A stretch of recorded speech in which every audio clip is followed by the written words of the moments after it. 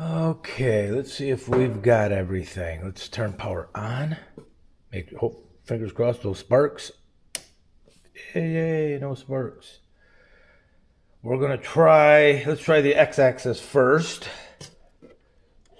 So, that's on.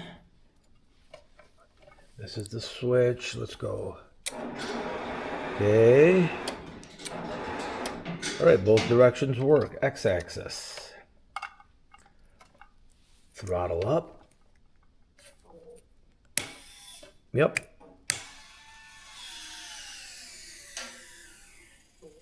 Okay, throttle back down. All right, throttle works. Amp meter. Okay, now, let's see, vertical. We got to go vertical. So let's shut the x-axis off so we don't do anything silly, like bumping something. All right, let's turn this on. Okay, that's on. Let's turn Mikrons setworks on. Okay, we're on. Let's go up. Let's just make sure everything's going up. Oh, that's not full speed, that's why. Where are we at? Okay, 100%.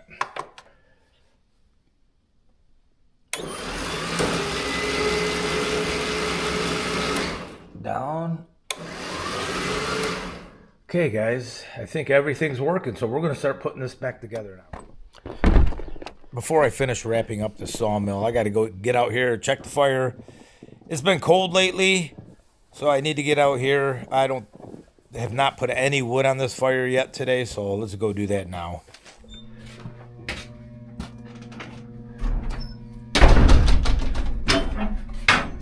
Ooh, yikes. Let's get some wood in there. It was a cold night last night. I mean, not extremely cold. I think it got down to like single digits maybe. Wasn't below zero or anything. And I've been keeping these fires a little bit smaller and letting them burn down. My wood stove goes from 185 to 175 a buffer. I don't know. You know, I know some of those gasification stoves are a little different. They're set up different. But this is one of the old school, no gasification, that does have the baffles up in the chamber. Up here, they have baffles up there that gets the flames a licking and reburning the gas. And, you know, is the gasification even necessary? You know, the firewood, the way I understand it, it can rot on the ground or oxidize in a fire, and it's the same amount of CO2 going in the air. It's mostly particulates that settle to the ground. Is it even bad? The gasification stoves obviously burn less wood than we do in these big stoves, but there is nothing to do with these stoves. All you have is a solenoid and a pump. Solenoid that opens the flapper, and a pump that keeps it circulating 175 and 185 degree water all the time through the house. The price difference, I don't know. A lot of municipalities now are requiring you to go to the gasification stoves if you upgrade, put a new one in, etc. No leaks. Water's all the way up to there, so we're good there. All right, let's get some wood in here. Let's give you an inventory of my wood first, though. How much have we burnt this year? From this post to this post is 8 feet. I stack it up, well, a little low right here, about 7 feet high. We're getting anywhere from 18 to 20 cord in this building. So let's say each one of these, let's go in the minimum, six cord in each one of these bunks. 8 by 14 by 7, somewhere around there. So we've used half of it. Those two piles back there were right there that fill that up. So we've used half of it. So 8. So we use 4 cord plus another third of a cord. and a couple of trailer loads. So I probably put in 5.5 cord into that boiler so far this year.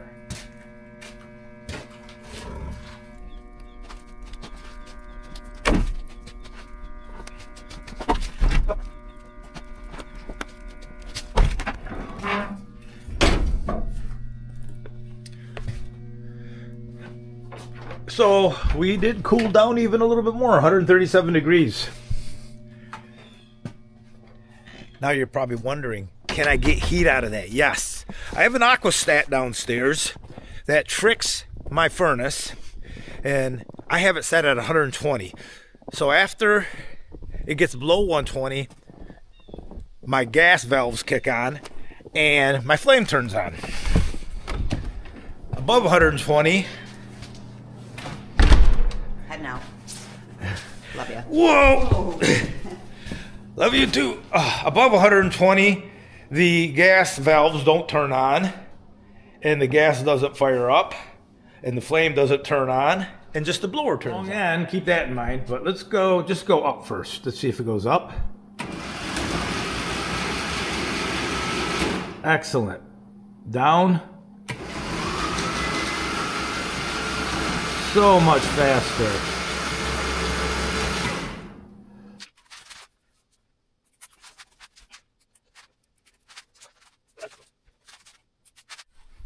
Now let's check the emergency stops. One there, one up there.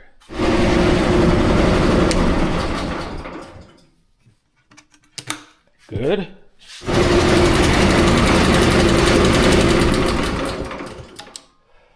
Oh, that's nice. I'm very, very happy.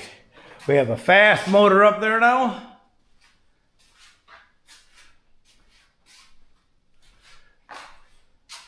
Again, I'm using those screws.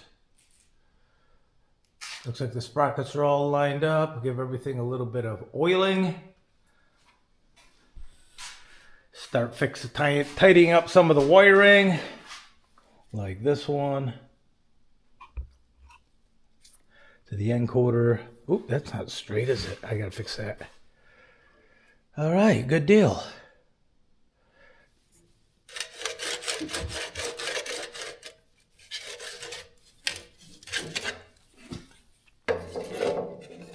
Just a little out of adjustment, isn't it? So we're gonna lower this just a little bit to 1 inch. Let's see where that's at on that 1, 2, 3 block. This block's exactly 1 inch. Maybe a little. Okay, that one's hitting. Let's go up a 32nd.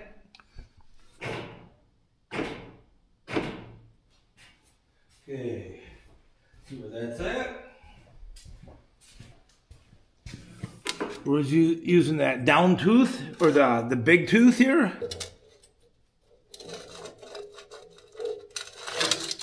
Okay, so it goes downhill a little bit. So this is going to be really high over on this side. All right, so we're going to lower the side. So these bolts here, nuts and bolts, are what raise and lower my head. You know what? I'm kind of going to just leave it. Again, my blade started getting unlevel with the bunks or the rails. I got her pretty close now, guys. I don't know if you can see that. But I did put some of the shims in there. Got that shim in there. I did get a shim in. I got this one in as well, but I couldn't get this shim in here. I did get one in down here, but I did have to grind it some. See it right there. Quite a bit, actually. I had to thin it down. Probably took 10 thousandths off of it. It wouldn't fit down in there. But this one, I do have a shim actually under this edge from about here to here. I have about 25 thousandths of shim since this wouldn't fit down. So I do have it shimmed up and I have it level now. And the screws are running great with the new motor. If you're unfamiliar with my up-down, I use some chains and sprockets and some Acme screws. This video is just about done. I'm done. I'm done with the sawmill. I've not done as much to it as I wanted to due to the fact that I have to get it out of here. I got to get my truck in here. My truck's not working. I am going to go put this back in its location and back to its home. But I'm just going to temporarily set the jacks down because I may bring it back in shortly. But I do have it leveled out. But let's talk about what we've done. Let's start with the motor. That was the primary reason we brought this guy in. We put that motor, changed out a sprocket, and we increased our up speed from minute and 15 seconds, I believe is what it took, to go all the way up the full 21 inches to just short of 20 seconds. 1 inch a second now. Very pleased with that. The way I worked around it before is I always lifted it up to the height I needed while I was doing something else, and then I stepped it down. So a couple seconds going down wasn't a problem, but now I can go up over the cant, at least 7.5 inches anyhow, or 7.25, whatever our throat is. So it will be faster in that respect because I'll be able to go up and over and keep going down. All right, next thing we did, we also built a new panel box. This was the box that those big motors used to belong to. They were sea legs. Actually, there's another motor right there. And there's a casing of one. One of the motors didn't work. And I think I mentioned that to you. And there's one more. So I have 2 more good working motors. All right, then we remounted the Micron to this side. Just because I think I might like that setup better. Oh, no, that's not the only reason. I barely had enough cable. So let's get this out of here and get this set back up, and I'll get my truck in here. My F-350 is having starting issues. I think it's the brand new starter I put in. I think I'm having problems with it.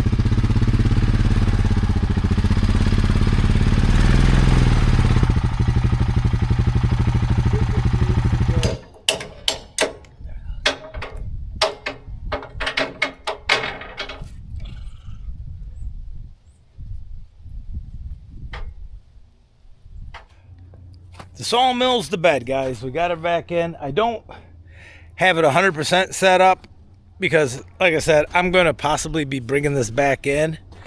But who knows? I do have it roughed in and I have it level, but I don't necessarily have it planar. And that's what's important, the planar. But I sighted down each rail and made sure there was no crown, no concaved, no dips, dives, you know. So I looked down right, like down that,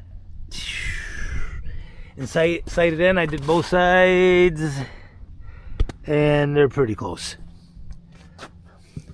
So I just made a note on the board to make sure to level sawmill, or put the string on it, make sure it's planar before the next time I use it. All right, guys. That'll do it. I'm really looking forward to getting back out here. It's a beautiful day here today in West Michigan in January. This don't happen too often. We had sunshine all morning, and now the clouds are just starting to roll in. But you still see a little blue sky. Look at that. What is that? You don't see too much of that.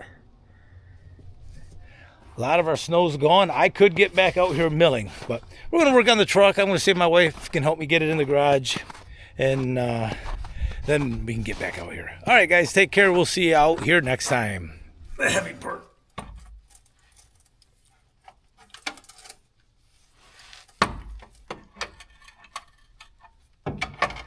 What's going on here? There we go.